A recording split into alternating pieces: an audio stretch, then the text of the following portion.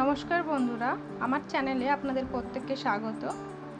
আমার চ্যানেলে যদি কেউ নতুন হয়ে থাকেন তাহলে অবশ্যই সাবস্ক্রাইব করে দেবেন চ্যানেলটা, আর সবার আগে নোটিফিকেশন পেতে হলে বেল আইকনটি প্রেস করে দেবেন। আজকে আমাদের রেসিপি হলো রাবড়ি। কিভাবে ঘরে আপনি দোকানের মতন রাবড়ি তৈরি করবেন সেই রেসিপিটা আমি আজকে এখানে নিয়ে এসেছি আপনাদের জন্য। আপনারা যদি আমার মতন স্টেপ বাই স্টেপ রাবড়িটি বানান তাহলে কিন্তু রাবড়িটি খেতে খুব অসাধারণ টেস্টি হবে। চলুন দেখে নিই আজকে আমাদের এই রেসিপিটা। রাবড়ি বানানোর জন্য আমি একটা কড়াইয়ের মধ্যে 2 লিটার মতন দুধ নিয়েছি। আমরা ঘরে যেরকম নর্মালি গরম করি, আমি এখন এই রকম একটু গরম করে নেব দুধটা এবং ফুটতে দেব। আমি এখানে ফ্যাট মিল্ক নিয়ে নিয়েছি, এটাতে খুব ভালো সর পড়ে। দুধটা এবার আমার ফুটে গেছে, গ্যাসের ফ্লেমটা এবার আমি লো করে দেব। আমি এখানে একটা গ্লাসের হাফ গ্লাস মতন দুধ একটু আলাদা করে তুলে রাখবো, এটা পরে আমাদের লাগবে। এবার আমি গ্যাসের ফ্লেমটিকে একদম কমিয়ে দেব এবং দুধের মধ্যে সর পড়তে দেব। এই রাবড়ি বানানোর জন্য আমি এখানে একটা বড় ধরনের পাত্র ইউজ করেছি। দেখতেই পাচ্ছেন আপনারা, এই রকম বড় ধরনের কড়াই বা পাত্র আপনারা নিয়ে নেবেন যাতে দুধটি উতলে না পড়ে, কারণ দুধটাকে আমাদের অনেকক্ষণ ধরেই ফোটাতে হবে। দুধের মধ্যে এবার সর পড়তে শুরু করে দিয়েছে। এই দুধের মধ্যে যে সরগুলো পড়ছে সেই সরগুলোকে আমি কড়াইয়ের ধারে এইভাবে খুন্তি দিয়ে লাগাতে থাকবো যতক্ষণ পর্যন্ত না এই দুধটা 300 ml মতো না হয়। এবার এর মধ্যে দিয়ে দেব 4টে মতন এলাচ। এইভাবেই কিন্তু অনেকক্ষণ ধরে সরগুলোকে তুলে কড়াইয়ের সাইডে সাইডে লাগিয়ে দিতে হবে। আমরা যে দুধটিকে তুলে রেখেছিলাম তার মধ্যে মিশিয়ে দেব একটা ছোট গুঁড়ো দুধের পাউডার। এবার আমি এটা দুধের মধ্যে দিয়ে দেব এবং ভালো করে নাড়াচাড়া করে নেব। আপনারা দেখতে পাচ্ছেন সরটা অনেকটাই জমা হয়েছে, তবে এখনও এটা হয়নি।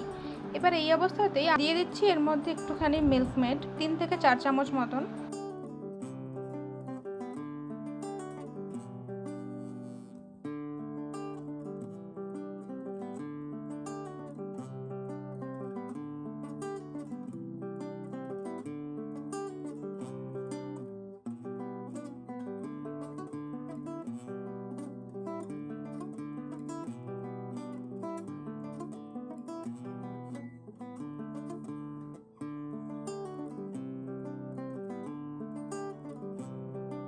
চার থেকে 5টা আমি এর মধ্যে বাতাসা মিশিয়ে দিচ্ছি।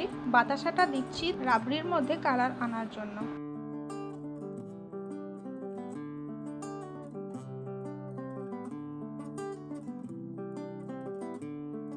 এবার দুধটা আমাদের এখানে অনেকটাই ঘন হয়ে এসেছে।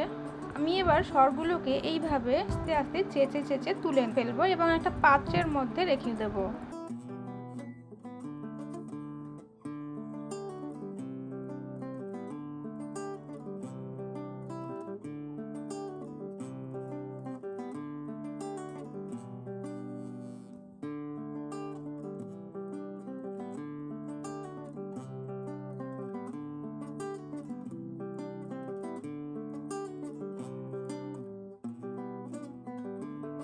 এবার আমি এগুলোকে একটু ঠান্ডা করতে দেব কিছুক্ষণের জন্য। এবার আমরা সরগুলোকে টুকরো টুকরো করে কেটে নেব।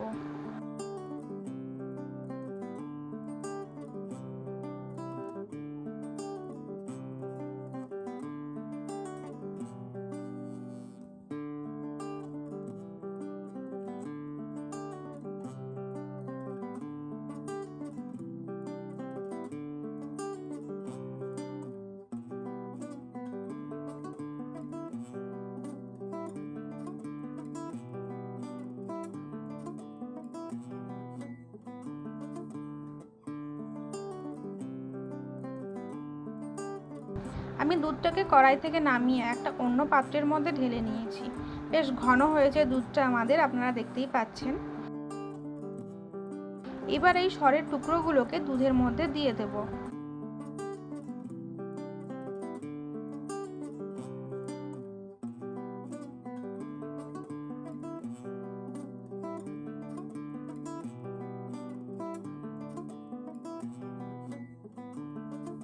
এর মধ্যে আমি একটু আমন্ড টুকরো করে দিয়ে দিয়েছি, আর দিয়ে দিয়েছি একটু কাজু বাদাম। এখানে আমার রাবড়িটি একদম তৈরি হয়ে গেছে।